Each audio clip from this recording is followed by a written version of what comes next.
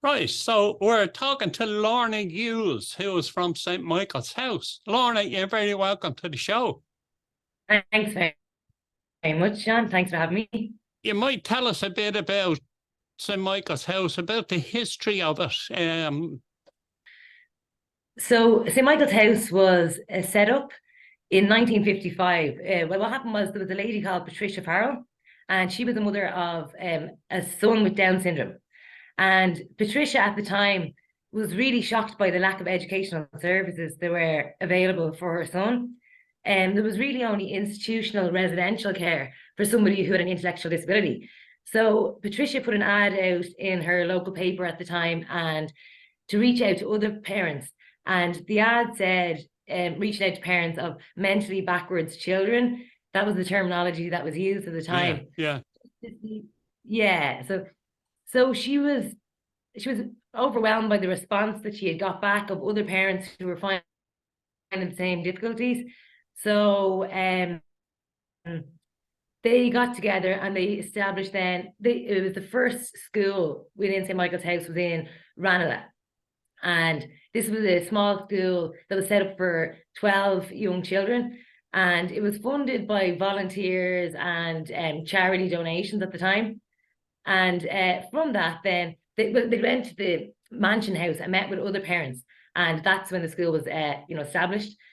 So from that, then in 1960, the Department of Education recognised St. Michael's House School and they funded it from there.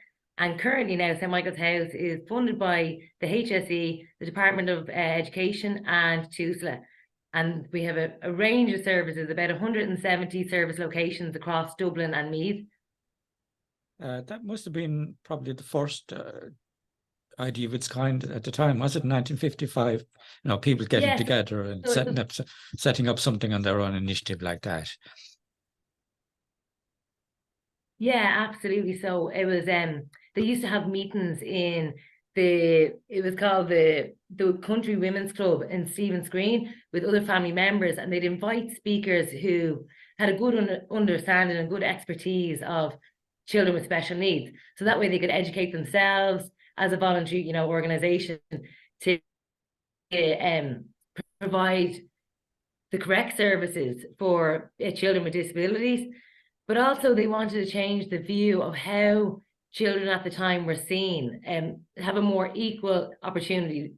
That was the view that Patricia and wanted to take. Can you tell me what services you provide and who do you provide them to?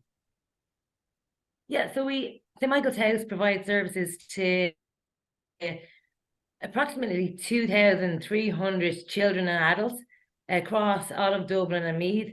And the services we have 6 schools, so 6 special national schools between the north side and south side of Dublin. There will be clinical services, so that would be like psychology support, speech and language therapy, occupational therapy, psychiatry support. But a large number of the service locations are made up of residential services and day services. So for example, like the day services, we'd have training centres, hub services, individualized services, and autism specific services. So yeah, we've lots. Where do you get your referrals from? So, well, with the children, there's the Children's Disability Network team that referrals would come in, and that would depend on where a child would be, where their home address would be. So that way they try and get services close to where they're living. And for the adult services, people can make self-referrals, or else be referred by a medical professional. And so the information will be all on the website there of how to make a referral. So a lot of the time, where I currently work now will be with the support employment team, and I would have worked with in the day services mainly. And so children that would have been in the special national schools, they move on then at the age of 18 to hub services and day services within St. Michael's House. Some of the people you look after work. Is that right? That's right, yeah. So my role within the organisation is I'm the coordinator of the support employment team. And so what our team does, it's funded by Hubble, and the dormant fund accounts. So it's a short-term project that kind of initially went from 2022 up until December 23. And the aim of our project is to support people to train, gain, and maintain employment in their communities. So at the moment, we work with young adults. We initially started out with the hub services, which would be for adults between the age of 18 to about 30. And like, so you were saying what type of people we work with? We work with people who attend St. Michael's House would have an intellectual disability diagnosis, but we would have people with visible disabilities, but also invisible or hidden disabilities, some people will call it. So that might be, for like example, autism, or sensory issues that would impact their lives, that they would need additional supports. So what the support employment team, as I said, then is to try this. The main goal is to try and support people to find out what work is and what areas that they might both best be suited to work, and do they want to work. So that might be some of the people that we work with. So we would do workshops about work skills workshops. So finding out people's interests, their likes, dislikes, the supports they might need in order to get employment. But then we also work with people who might be in a work experience placement or in a paid employment, or job seeking. So we would try and work with employers external to St. Michael's House to see if there was any job opportunities, in their businesses. And then we also work with people who are currently in paid employment, but may want to develop within their role. So, for example, I worked with a young guy who was working in KFC, and initially when he started, he would have been doing a lot of the cleaning of the tables and, serving customers. But then he wanted to move on, start using the tills. So myself and the team would support him to build on his skills, but also with his hub service as well, the staff team there, how can we best support him to build on his skills so that way he can progress in his own career. Are employers a lot more open than they used to be in taking on people that you work with? Yeah, so I suppose traditionally with work for people with intellectual disabilities, it would have been more like workshops. So say like in Ghost Town Services in St. Michael's House, it used to be like a pottery workshop. And so people with intellectual disabilities may make stuff and then sell them on. Whereas there's been a massive change towards community inclusion over the last 20 years. So I suppose my job and the job of the support employment team is to try and promote inclusive and diverse workforces, and to work with employers in order to make that a reality. So when you're asking, are employers open? Absolutely. We have some fantastic employers that we've worked with and that we do currently work with, who are very open to alternative recruitment processes.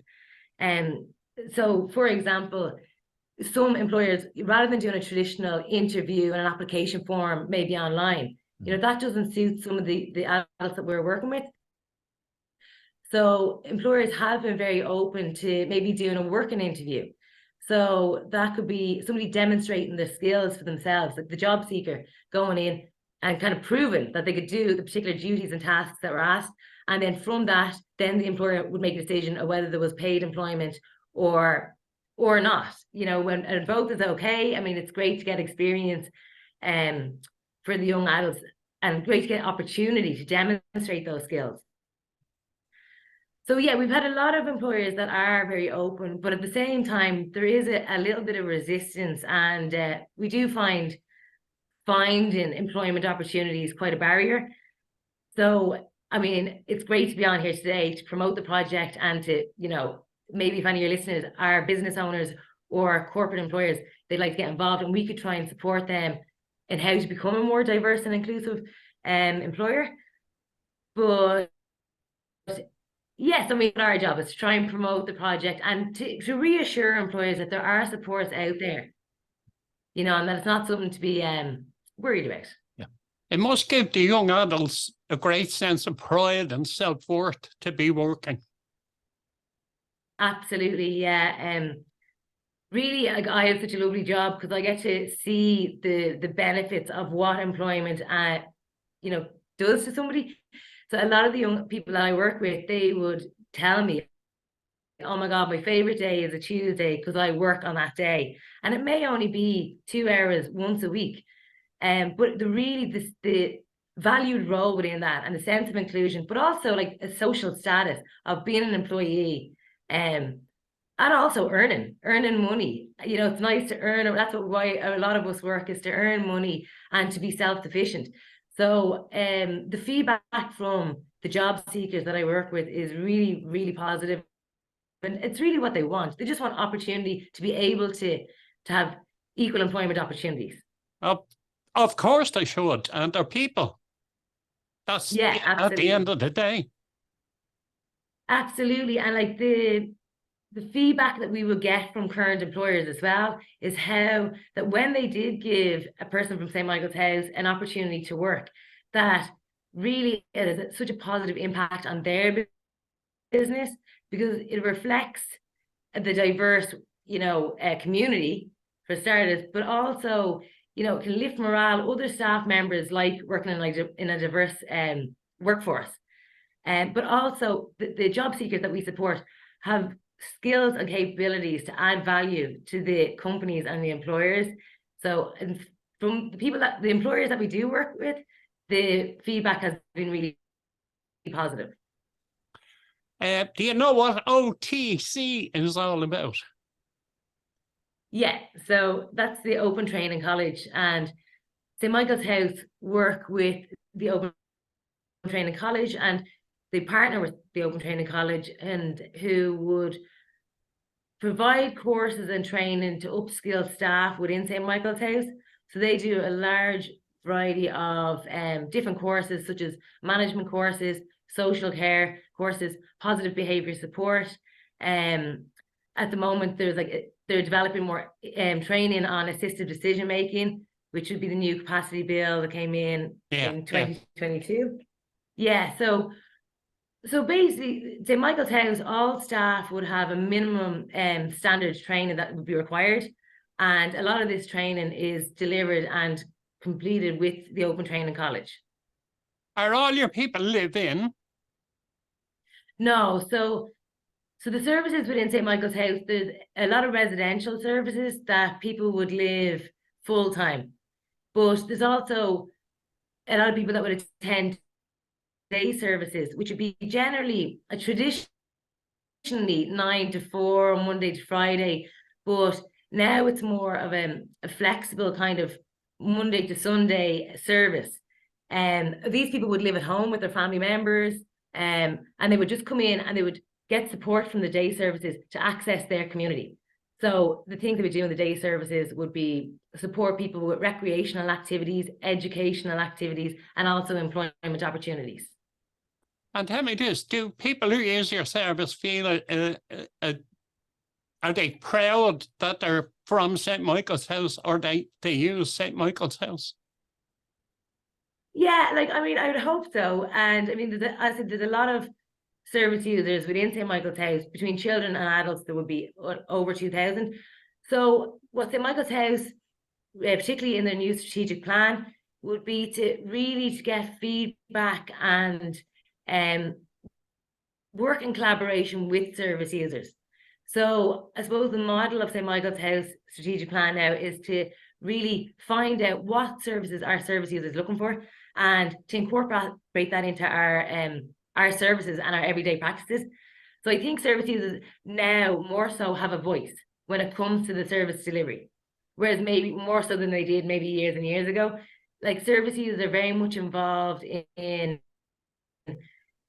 informing the executive management team, the staff, of what services they would like. And so then I suppose it's St. Michael's House's job to create that and support what people are looking for. It sounds like a very progressive place. Yeah, well, St. Michael's House would be one of the larger disability services within Dublin, and we would strive to stay in line with government policy and national policy. So yeah, we would like to be a progressive, but I think the important thing about being a progressive service is to constantly reviewing your service and constantly being aware of how can we improve the services, what is it that the service users most benefit from, but also like acknowledging and responding to any complaints about the service as well, because I think it's important to have processes where people can make a complaint and feel and be heard, but also action to be put into place to make it a more beneficial service. I wanted to ask you about mental health. People with a disability can have mental health issues. How do you support your people with mental health issues? Yeah, so in St. Michael's House, we have a mental health intellectual disability team. So this is a team made up of nurses and psychologists and social care workers, but they would support people who use St. Michael's House services can avail of this mental health team. And so I suppose it's all very much done on an individualized basis.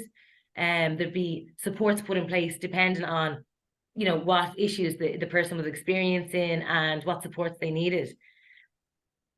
So say, for example, in the services, like the residential and the day services, if we're working alongside people and we as staff members would feel that somebody would benefit from the mental health ID team, that we would support them to make a referral and to access the supports. How did the place operate during COVID? So during COVID, yeah, unfortunately, there was a lot of the day centres had to close during to lockdown. So the residential services were obviously still maintained because that's where people live. So a lot of the day service staff were redeployed to work in the residential houses to support the people that were there, because I suppose at the time there was such a long period of isolation for staff if they were suspected of having COVID. You know, that really reduced the numbers of the residential services staff. So the day service staff needed to be redeployed. So, which meant that because the day services were closed, we had to come up with new ways of supporting people from home. So we did a lot of Zoom meetings. Some people, what we did was like a risk management tool. So who identified people who really needed one-to-one support to get out maybe into their community. So obviously we had to put a lot of measures in place to wear protective clothing and, you know, to keep staff and service users safe. But for the people who are at home, St. Michael's House developed, it's called the Activity Hub. So it's a part of the website where there's lots of resources, online resources for service users. So, for example, and this initially started as a result of the COVID pandemic. So the people would have done like online Zumba classes, online bingo. It's kind of like a social outlet to keep people engaged, who maybe couldn't leave their home. And so if you look on the website, there's a wealth of resources there with easy read documentation for service users and for family members who can see, like, there's lots of resources there about educational and employment resources. We're coming right to the end of the interview now. Is there anything else you'd like to put out there? Well, I just want to say thanks so much for giving me the opportunity to talk about St. Michael's House services, and being the coordinator of the support employment team. I would love to take this opportunity to reach out to any of your listeners who are business owners or corporate social responsibility employees, to reach out to St. Michael's House at supported employment at smh.ie if they would like to find out more information about how to create an inclusive and a diverse workforce. Please do get in touch. Or if they just would like us to, sorry, I forgot to mention that St. Michael's House employment team, we also deliver disability awareness training to companies and employers. So this is free of charge. So if any companies would like that disability awareness training, please do get in touch. And yeah, no, thanks so much for having me. And how do they get in touch? So they can get in touch by going onto our website, St. Michael's House website, which is www.smh.ie. And there's a supported employment page under under the services button, or you can contact by email and supportedemployment@smh.ie. Yeah, so either way, we would love to hear from any companies or businesses. That's brilliant. And the best of luck with that. Lorna, thanks a million for coming on the Thank you show. so much. Thanks so much. Have a lovely day.